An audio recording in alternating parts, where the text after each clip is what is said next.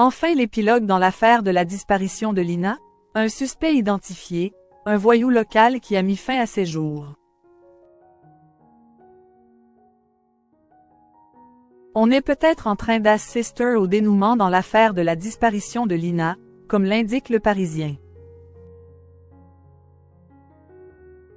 Le principal suspect, dont la voiture volée a été saisie et dans laquelle des traces d'ADN de Lina ont été retrouvées, s'est suicidé et une vaste opération est actuellement en cours pour retrouver la jeune fille.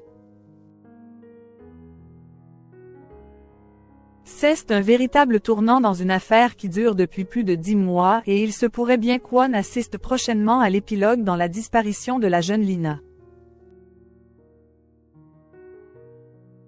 Le 23 septembre 2023, la jeune fille de 15 ans se rend à la gare de Saint-Blaise-la-Roche dans le Bas-Rhin, afin d'y prendre un train pour Strasbourg où elle doit retrouver son petit ami Tao. Depuis, l'adolescente n'a plus donné signe de vie et les recherches se poursuivent pour tenter de comprendre ce qu'il s'est passé ce jour-là. Après des mois de recherches compliquées, les choses se sont accélérées ces derniers jours avec un gros rebondissement dans l'affaire puisque des traces ADN de Lina ont été retrouvées dans un véhicule volé.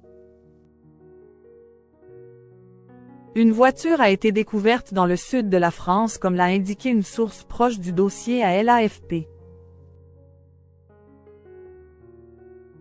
Un véhicule très recherché par les enquêteurs puisque ces derniers avaient établi qu'il se trouvait non loin du point de disparition de Lina.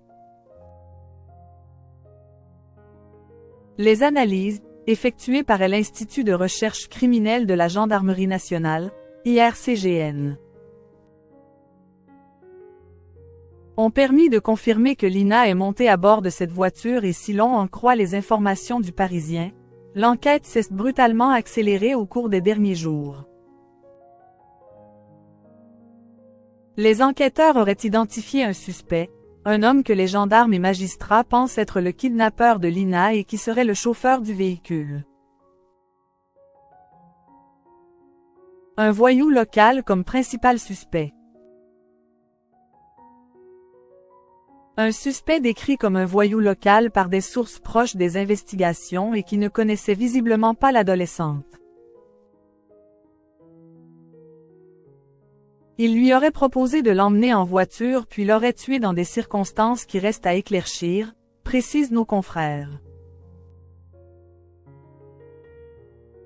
Seulement, l'homme en question se serait suicidé très rapidement après la saisine de ce véhicule laissant penser qu'il avait bien quelque chose à voir avec la disparition de Lina, comme l'indique Le Parisien.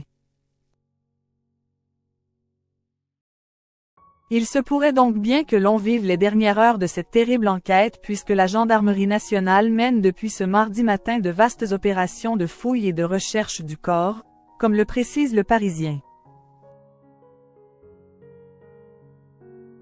Des fouilles qui s'effectuent dans le Bas-Rhin et le région est avec des enquêteurs et spécialistes de l'identification criminelle disséminés au niveau de la vallée de la Bruche, zone de la disparition de Lina, avant de se déployer dans les environs.